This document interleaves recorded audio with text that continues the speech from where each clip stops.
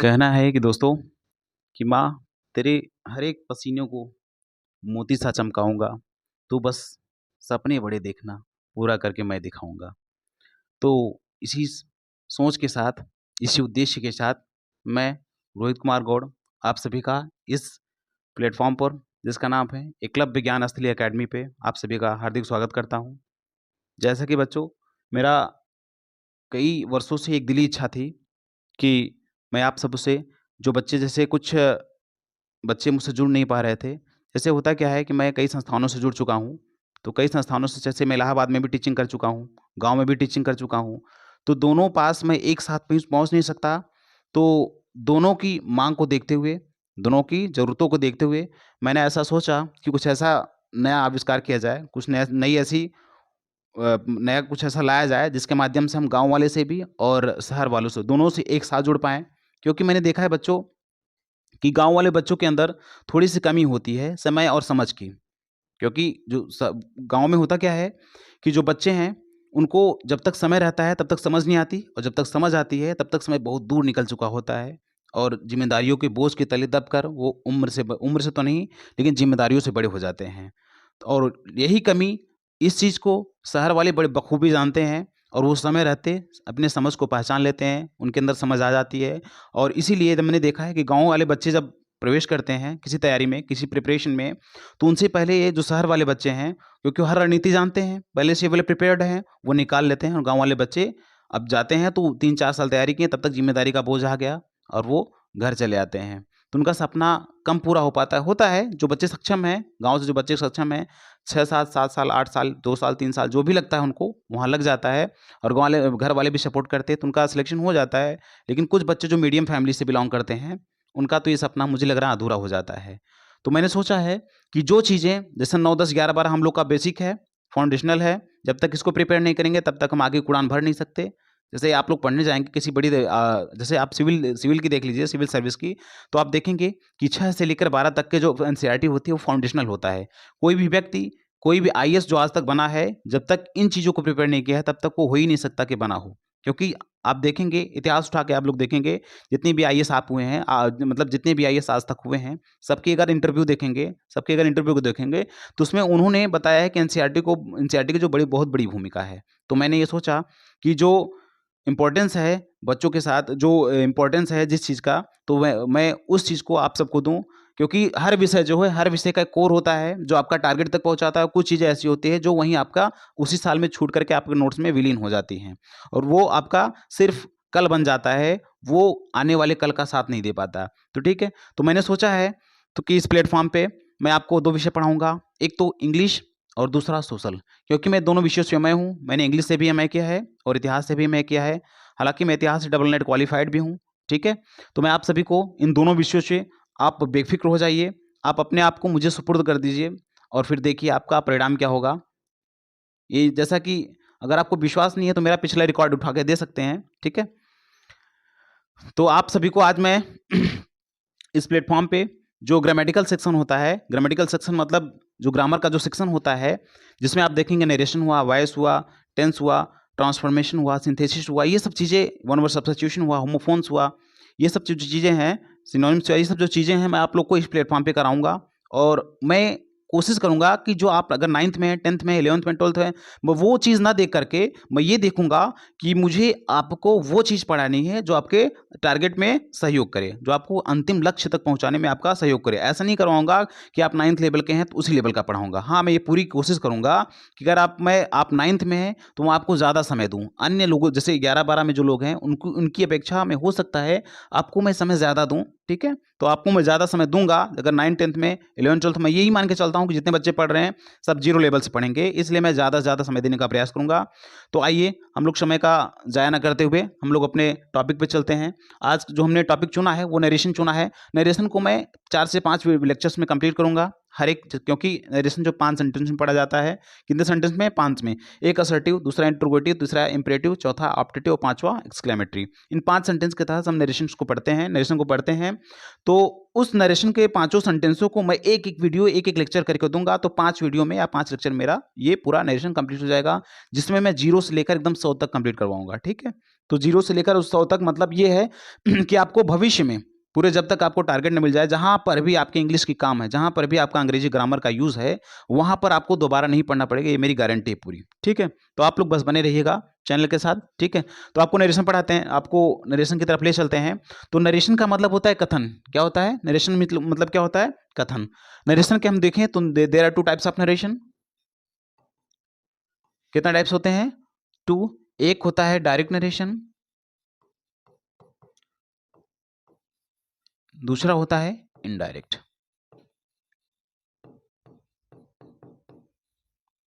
पहला direct narration और दूसरा होता है इनडायरेक्ट नरेशन। तो मैंने बताया आप लोग को मित्रों कि 2 टाइप्स के होते हैं। पहला होता है डायरेक्ट और दूसरा होता है इनडायरेक्ट नरेशन। ठीक है, तो डायरेक्ट मतलब मैंने बताया जब श्रोता वक्ता की बातों को जो का त्यों कह दे, अर्थात जो भी वक्ता ने कहा श्रोता ने वो सुना, और श्रोता की वही बात को, सॉरी, वक्ता की वही बात को श्रोता ने ज्यों का त्यों कह दिया, तो क्या हो गया? Direct narration. और जब उसकी बात को कन्वर्ट करके उसकी बात को अपनी लैंग्वेज में कहता है, तो क्या हो जाएगा? Indirect narration. समझे? जब जैसे मैं हूं, एक लोग और है, मैं अगर वक्ता हूं तो वो श्रोता है, तो मैंने जो कुछ भी कहा वो श्रोता ने सुना, और श्रोता ने जाकर किसी तीसरे व्यक्ति से कहा, वही कहा जो मैंने कहा, तो वो क्या हो जाएगा?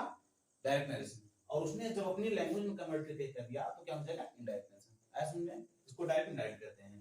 तो इसको समझने के लिए मैंने बताया था आप लोग को, इसको समझने के लिए मुख्यतः 5 सेंटेंसों का सहारा लेते हैं।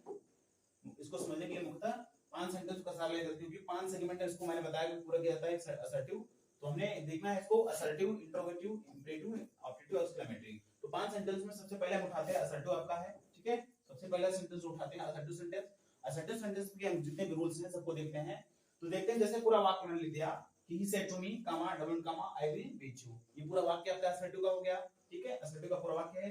तो असर्टिव में देखते हैं कि इसमें एक एक खंड को देखिए, एक एक शब्द को पहले देखें। तो ही से लेकर मी तक, कामा के इधर का वाक्य रिपोर्टेड स्पीच, रिपोर्टिंग वर्ब कहते हैं। और कामा, डबल इन्वर्टेड कामा के जो अंदर रहता है उसको क्या कहते हैं? Reported speech. जो भी श्रोता ने वक्ता ने कहा है उसको जो है रखा गया है, उसको क्या कहते हैं? Reported speech. ठीक है, अब सब में देखते हैं। तो हमारा रिपोर्टिंग वर्ब जो है, रिपोर्टिंग वर्ब में आपका पहले सब्जेक्ट पाया जाएगा। जैसे ही आपका रिपोर्टिंग वर्ब का सब्जेक्ट हो गया, सेड आपका रिपोर्टिंग वर्ब का वर्ब हो गया, और मी आपका रिपोर्टिंग वर्ब का ऑब्जेक्ट हो गया।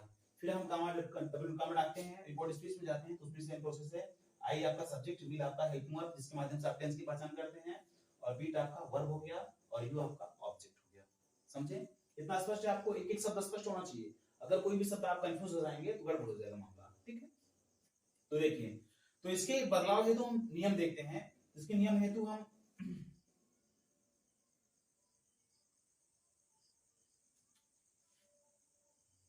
थोड़ा स्क्रॉल कर देते हैं। ठीक है, अब इसका एक एक नियम देखते हैं हम। इसका नियम क्या है बदलने का? तो सबसे पहला जो नियम है, पहला नियम क्या है? सबसे पहला नियम जो ही, जो आपका सब्जेक्ट, क्योंकि हम सबसे पहले जब बदलने के क्रम में चलेंगे, तो कदम उठाएंगे, तो सबसे पहले हमको क्या मिलेगा? रिपोर्टिंग वर्ब का सब्जेक्ट। तो रिपोर्टिंग वर्ब का जो सब्जेक्ट है, सब्जेक्ट क्या रहेगा? ज्यों का त्यों। क्या? ज्यों का त्यों। ठीक है, इसको हम ज्यों का त्यों रख देते हैं। दूसरा, इसको मतलब ही को ही रख देते हैं। क्या रख देंगे? ही। ठीक है, ये को हम यही रख देंगे। ठीक है, हमारा सब्जेक्ट मैंने वैसे रख दिया। दूसरा, जब ही को मैंने पार किया तो मुझे सेड मिला, जो रिपोर्टिंग वर्ब का वर्ब है। तो सेड में आपका हो सकता है सेड ना हो, से हो, सेज हो सकता है भी हो। तो आपको से है, वहां पर क्या है? से है, तो किसमें बदल देंगे? टेल। यदि आपका सेज है तो किसमें बदल देंगे? टेल्स। ठीक है, किसमें बदल देंगे? टेल्स। यदि आपका टोल्ड हो, सॉरी, जो आपका सेड हो, तो आप किसमें बदल देंगे? टोल्ड में। लेकिन कब? जब ऑब्जेक्ट दिया हो। कब? जब ऑब्जेक्ट दिया गया हो। इसमें रिपोर्टिंग वर्ब में, जब रिपोर्टिंग वर्ब में ऑब्जेक्ट मतलब यहां पर भी दिया गया तो हम इसको बदल देंगे। तो क्या बदलना है? सेड है, यहाँ पर सेड मैंने बताया सेड को टोल्ड में बदलना है, तो ही के सेड है तो क्या बदल देंगे यहाँ पर टोल्ड।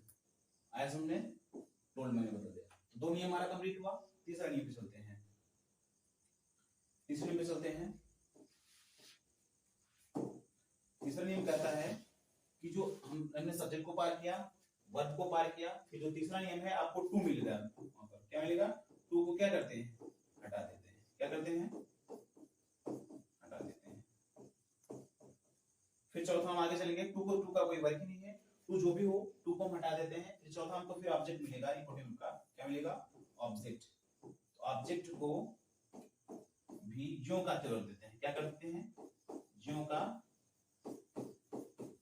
त्यों, ऑब्जेक्ट को भी ज्यों का त्यों। तुम्हारा रिपोर्टिंग का पूरा काम इसमें हो गया। जो नियम है सब्जेक्ट को वैसे के वैसे रख देते हैं। इसमें जो वर्ब है इसको हम से है तो टेल में, सेज है तो टेल्स में, और सॉरी सेज है तो टेल्स में, और सीड है तो टोल्ड में बदल देते हैं। फिर तीसरा नियम कहता है कि यदि यहाँ पर टू का प्रयोग हुआ है, टू तो सामान्यतः आता है, जब ऑब्जेक्ट है तो टू आएगा ही आएगा।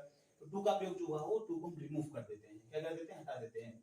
और जो चौथा है इसमें ऑब्जेक्ट यदि मी का प्रयोग किसी भी चीज का प्रयोग किया गया हो, ऑब्जेक्ट का प्रयोग किया गया हो, तो हम ऑब्जेक्ट को क्या करते हैं ज्यों का त्यों रख देते हैं। तो आपने टू को नहीं लगाना है, टू को रिमूव करना है, उसके बाद हम क्या देना है ऑब्जेक्ट को ज्यों का त्यों। आया समझ में, ऑब्जेक्ट को क्या कर देंगे ज्यों का त्यों रख देंगे। आया समझ में, ठीक है। उसके बाद हम चलते हैं तो हमको मिलेगा कामा डबल कामा। तो कामा डबल कामा को हटाने के लिए क्या करते हैं, पांचवा नियम कहता है कामा डबल कामा को हटाने के लिए क्या प्रयोग करते हैं कनेक्टिंग वर्ड। क्योंकि दोनों वाक्यों को हमको जोड़ना है, ठीक है, दोनों वाक्यों को जोड़ना है तो कनेक्टिंग वर्ड क्या प्रयोग करते हैं दैट का। किसका दैट का प्रयोग करते हैं। हम दोनों वाक्यों को जोड़ने के लिए क्या प्रयोग करेंगे दैट, और कामा डबल कामा को हटा देते हैं। क्या करते हैं कामा डबल कामा को हटा देते हैं। ये देखिए आपका 5 नियम हो गया, ठीक है। ये 5 नियम यहां तक आपका कनेक्टिंग वर्ड तक पहुंचा। फिर अगला है हम रिपोर्टिंग स्पीच में पहुंचेंगे। रिपोर्टिंग स्पीच में फिर आपको वही प्रोसेस है, आपको सब्जेक्ट मिलेगा, हेल्पिंग वर्ब मिलेगा जिससे टेंस की पहचान करेंगे, उसके बाद वर्ब मिलेगा, फिर ऑब्जेक्ट मिलेगा, है ना।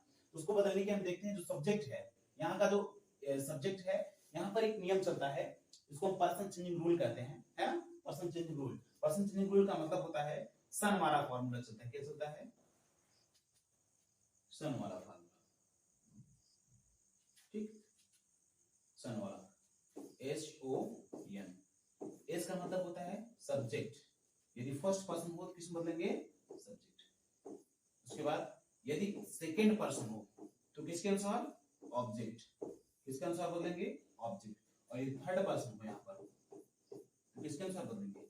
ध्यान से देखना शन का फार्मूला, फर्स्ट पर्सन मतलब आपका क्या हो सकता है, या तो आई होगा या फिर वी होगा।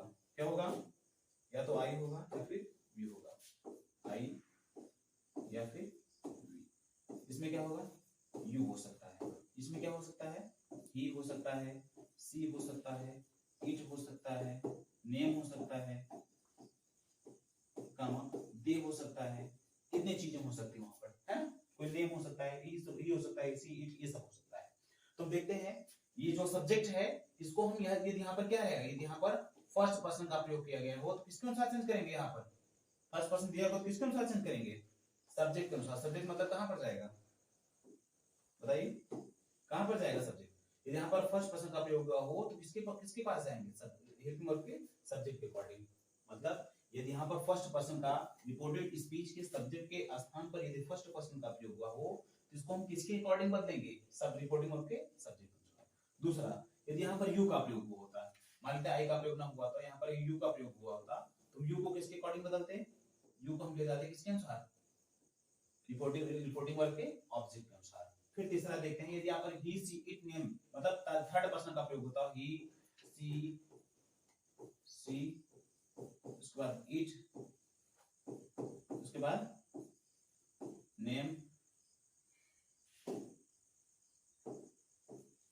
उसके बाद नेम, इन सब चीजों का अगर प्रयोग किया गया हो, ठीक है, तो हम क्या करेंगे इसमें कोई बदलाव नहीं करते, जैसे कि जैसा है वैसा का वैसा रख देते हैं। जैसे मैं देखता हूं ये फर्स्ट पर्सन है तो यहाँ पर कैसे बदलेंगे हम,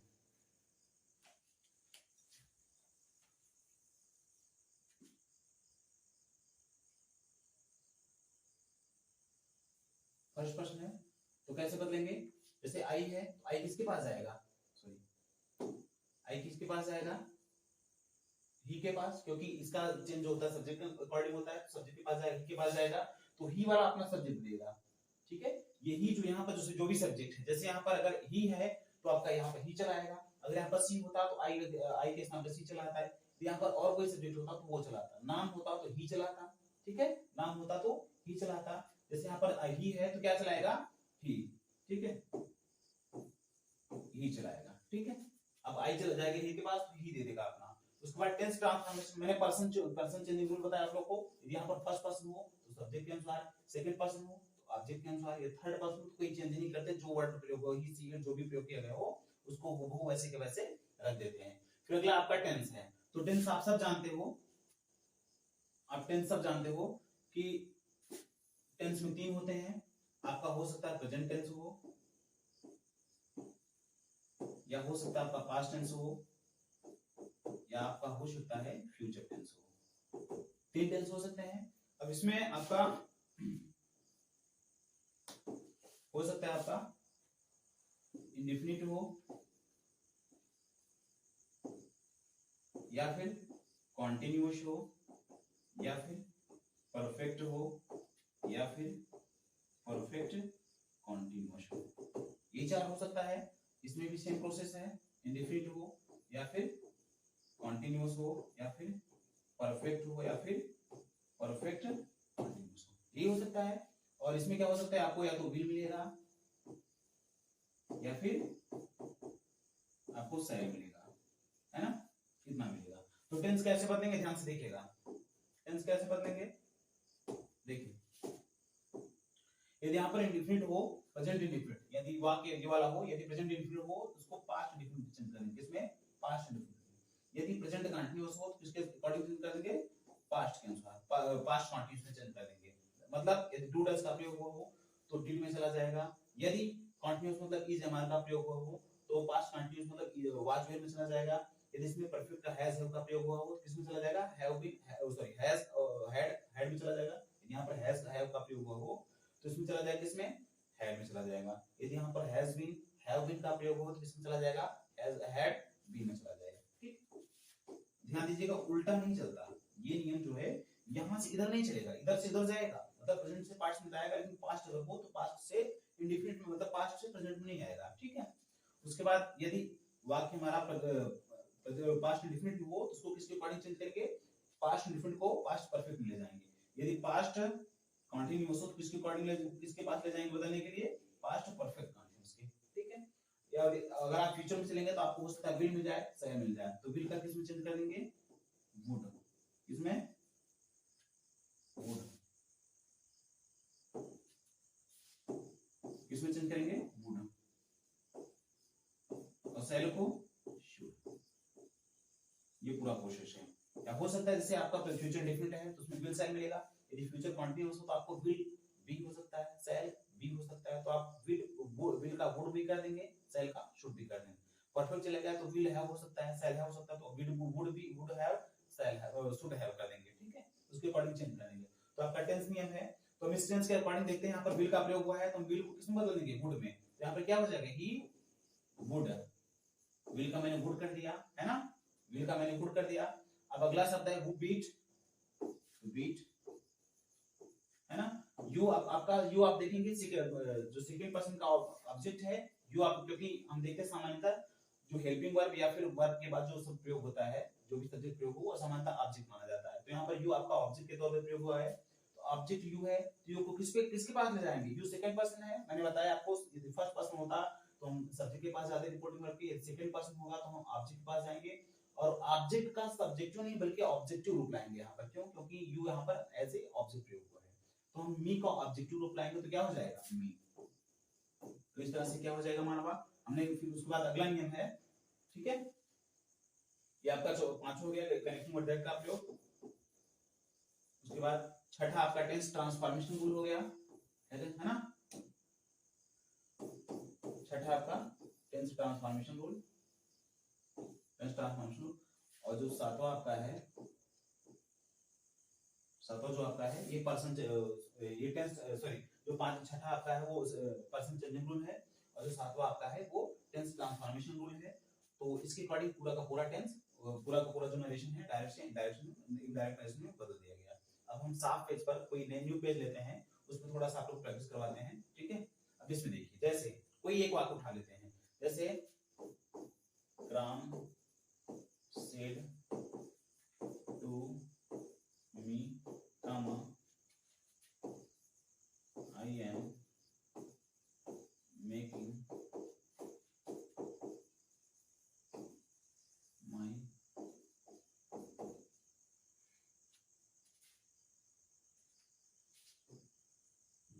I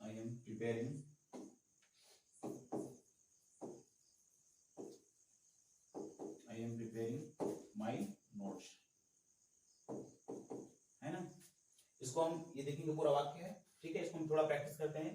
तो हमारा क्या है, रिपोर्टिंग का सब्जेक्ट है, क्या है, रिपोर्टिंग का सब्जेक्ट है। पहले हम ये देखते हैं पूरा वाक्य क्या है, रिपोर्टिंग वर्ब है। ये वाला पूरा वाक्य क्या है, रिपोर्टेड स्पीच है ना। तो ये जो सब्जेक्ट है ये क्या है, वर्ब है रिपोर्टिंग का। ये क्या है, ऑब्जेक्ट है रिपोर्टिंग का। ये क्या है, सब्जेक्ट रिपोर्टेड स्पीच का। ये आपका हेल्पिंग वर्ब है, ये आपका क्या है, वर्ब है। ये आपका पोसेसिव वर्ड है, ठीक है। ये माई नोट्स आपका सम्मिलित रूप में आपका ऑब्जेक्ट हो गया, ठीक है। देखिए, तो इसको हम इसको चेंज करेंगे। तो मैंने बताया आपको, सब पहला नियम है, जो सब्जेक्ट है उसको हूबहू वैसे के वैसे रख देते हैं। तो हमने राम को राम रख दिया। सेड को मैंने बताया, यदि से होता तो टेल्स में, टेल में, और सेज होता तो टेल्स में, और सेड होता, सेड होगा तो टोल्ड में। अगर ऑब्जेक्ट दिया हो तो यहाँ पर ऑब्जेक्ट दिया गया है, हमें ऑलरेडी दिया गया है, तो हम सेड को किस बदल देंगे, टोल्ड में, है ना, टोल्ड में बदल देंगे। उसके बाद मैंने बताया तीसरा नियम, टू को हटा देते, टू को हटा दिया मैंने। फिर ऑब्जेक्ट को मैंने बताया कि जो का त्यों रखना है, जो का त्यों मैंने रख दिया, मी में रख दिया, है ना, मी जो का त्यों ऐसे रख दिया। फिर मैंने बताया कामा डबल नोट कामा को हटाने के लिए आपको क्या प्रयोग करना होता था, एक कनेक्टिंग वर्ड। तो असर्टिव में क्या कनेक्टिंग वर्ड है, दैट का, ठीक है। हम दैट करते हैं, दैट को प्रयोग करके, दैट का कनेक्टिंग वर्ड का प्रयोग करके हम कामा डबल नोट कामा को हटा देते हैं।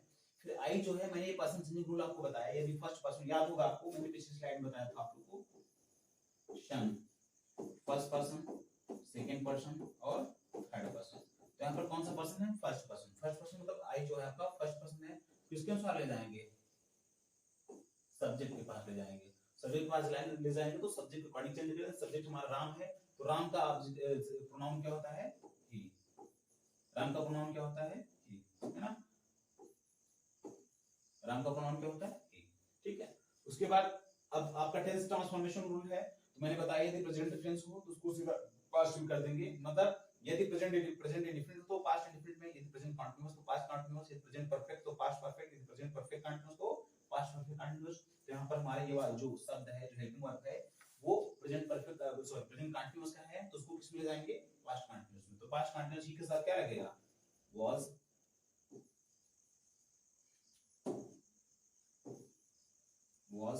है ना, ही वाज। उसके बाद प्रिपेयरिंग, इसको वैसे के वैसे रख देंगे। अब जो माई है, माई आपका फर्स्ट पर्सन का पोसेसिव है ना। माई आपका फर्स्ट पर्सन का पोसेसिव किसके पास जाएगा, राम के पास। राम का पोसेसिव क्या होगा, मैंने बताया था, नेम हो तो हिज, मतलब यदि मैस्कुलिन हो तो हिज हो जाता है, और फेमिनिन हो तो हर हो जाता है। तो यहाँ पर मैस्कुलिन है, पुरुष है, पुरुष आती है, तो राम के लिए अपने शब्द का प्रयोग, अपने शब्द की क्या प्रयोग होगा, हिज नोट्स। और कामन गामों का हटाकर फुल स्टॉप लगा देते हैं, है ना। तो इस तरह से आपका पूरा वाक्य पूरा रहा, ठीक है। इतना आपको समझ में आ गया होगा। अब हम चलते हैं कि देखिए, ध्यान से देखिए, इसमें ना आपको शायद पहले बताया नहीं कि जो हमारा ये जो रिपोर्टिंग वर्ब है, ठीक है, यदि ये पास्ट टेंस में होगा तो ही रिपोर्टेड स्पीच का जो टेंस में बदलाव होगा। जो टेंस का मैंने ट्रांसफॉर्मेशन आपको बताया अभी, कि प्रेजेंट हो तो पास्ट में चला जाएगा, और पास्ट इंडेफिनिट हो तो पास्ट परफेक्ट में, पास्ट कंटीन्यूअस हो तो पास्ट परफेक्ट कंटीन्यूअस में। तो वो कब बदलेगा, जब ये हमारा वाक्य जो हमारे रिपोर्टिंग वर्ब है ये हमारा पास्ट टेंस में हो। लेकिन ये पास्ट टेंस में कुछ ऐसे नियम है, यदि पास्ट टेंस में हो तो भी रिपोर्टेड स्पीच का टेंस नहीं बदलता है। तो कौन कौन से नियम है हम देखते हैं उसको।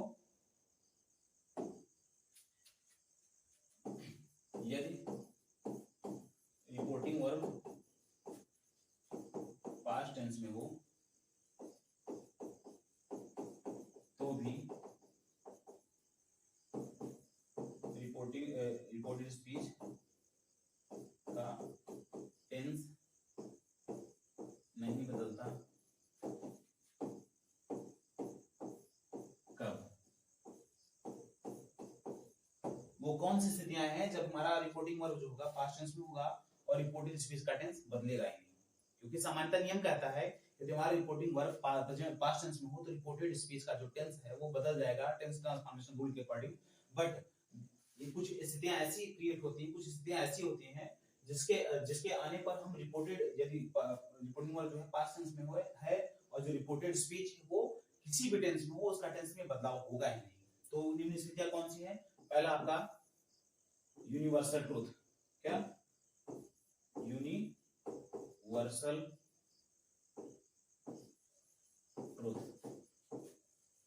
यूनिवर्सल ट्रूथ का मतलब होता है, इसको कहते हैं हिंदी में कहते हैं इसको सार्वभौमिक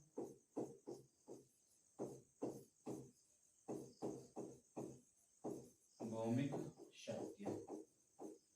देखिए यूनिवर्सल ट्रूथ, यूनिवर्सल ट्रूथ का मतलब होता है सार्वभौमिक सत्य।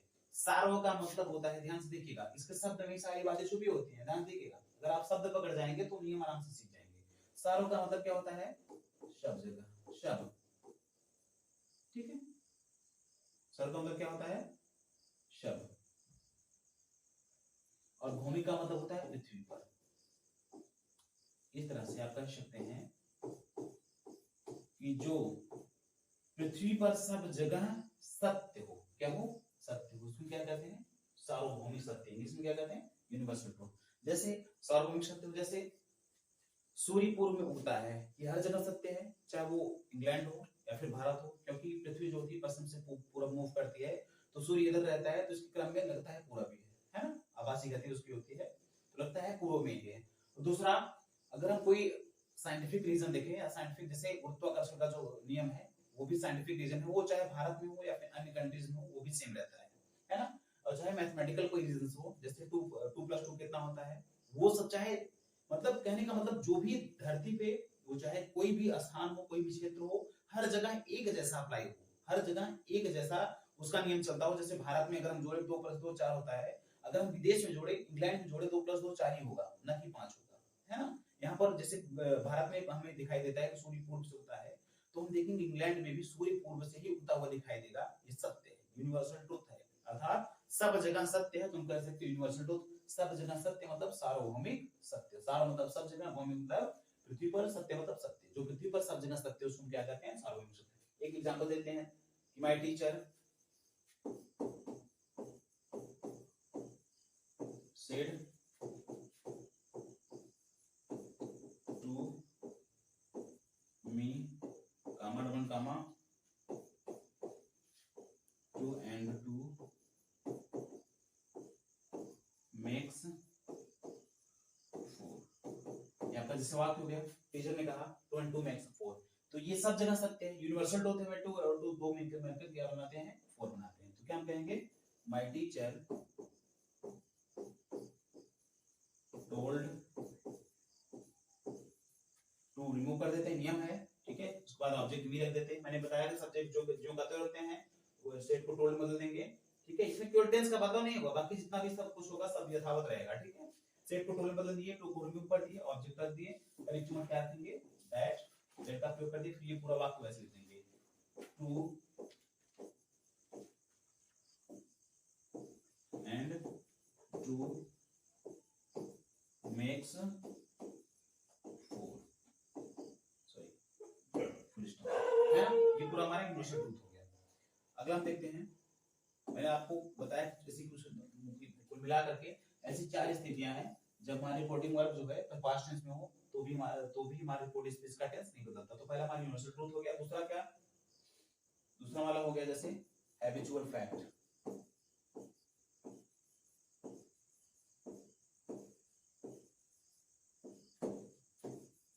क्या हो गया? Habitual fact. हैबिचुअल का मतलब होता है आदतन संबंधी, आदतन संबंधी। क्या होता है? आदतन संबंधी। जो आदतन संबंधी मुद्दे होते हैं, जैसे हैबिचुअल का मतलब जो भी आदत हो, जैसे कि कुत्ते रात में भौंकते हैं, या फिर कुत्ते अजनबियों को देखकर भौंकते हैं, या फिर जैसे मुर्गे या जो मुर्गा होता है सुबह में बाग मारता है, ठीक है, बाग करता है, ठीक है। ये सब जो होता है मतलब हैबिट उसकी, ठीक है, ये सब जो हैबिट है। जैसे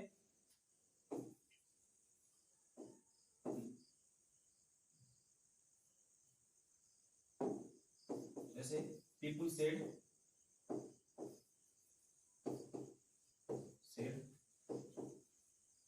कामा double comma, people said comma double comma, the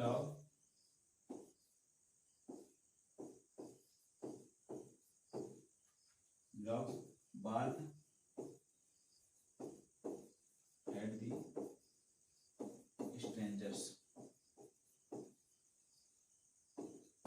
मतलब पीपुल मीन्स लोग, सेड मीन्स कहते थे, ठीक है, पीपुल सेड लोग कहते हैं, ठीक, लोग कहते थे, कामा डबल कामा, डॉग जो कुत्ते हैं बार्क में भौंकते हैं, ठीक है, बार्क एट द स्ट्रेंजर्स अजनबियों पर। ठीक है, कहावत है, सॉरी ये हैबिचुअल उनकी आदत है कि अजनबी को जब देखते हैं, स्ट्रेंजर्स को देखते हैं तो भौंकना शुरू हो जाता है, ये हैबिट उनकी। तो हम इसको कैसे बदलेंगे, पीपुल सेड को सेड ही रहने देंगे क्योंकि उसमें ऑब्जेक्ट नहीं है, सेड कनेक्टिंग वर्ड दैट, अभी सारा का सारा वाक्य लिख देंगे, the dog bark at the strangers, full stop, है ना। ये आप दो समझे। अगला हम देखते हैं, दो हमारा हुआ। तीसरा जैसे हिस्टोरिकल फैक्ट हो गया। हिस्टोरिकल फैक्ट का मतलब होता है ऐतिहासिक तथ्य। क्या होता है, ऐतिहासिक तथ्य। कहने का मतलब जो इतिहास में जो भी घटनाएं घटित हुई, इतिहास में जो भी हैपेंस हुए, जो भी इंसिडेंट्स हुए, उसमें हम कोई छेड़छाड़ तो कर नहीं सकते, तो उसके ये नियम बनाया गया कि उसका जो भी वाक्य है वो वैसे का वैसे रख दिया जाएगा। जैसे people said comma double comma, Rana Pratap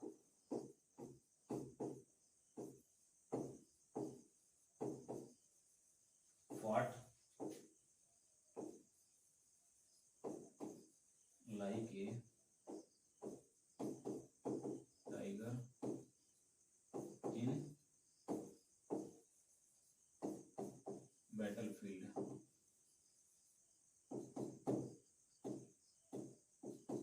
ठीक है, पीपुल सेड, लोग पीपुल सेड, ठीक है, comma double comma, Rana Pratap fought, Rana Pratap लड़े लाइक मींस की तरह, टाइगर मींस एक टाइगर की तरह, इन द बैटलफील्ड मींस रणभूमि में। इसको कैसे चेंज करेंगे, कुछ नहीं चेंज करना इसको, वैसे सेम नियम है, पीपुल सेड क्योंकि इसमें ऑब्जेक्ट दिया नहीं है, connecting word that, people said that, वही फिर बात, राणा प्रताप, वही वो वैसे, क्योंकि इसमें कोई चेंज करना है नहीं, इसमें कोई ऑब्जेक्ट है नहीं, इसको वैसे वैसे रख देंगे, Rana Pratap fought like a tiger in the battlefield।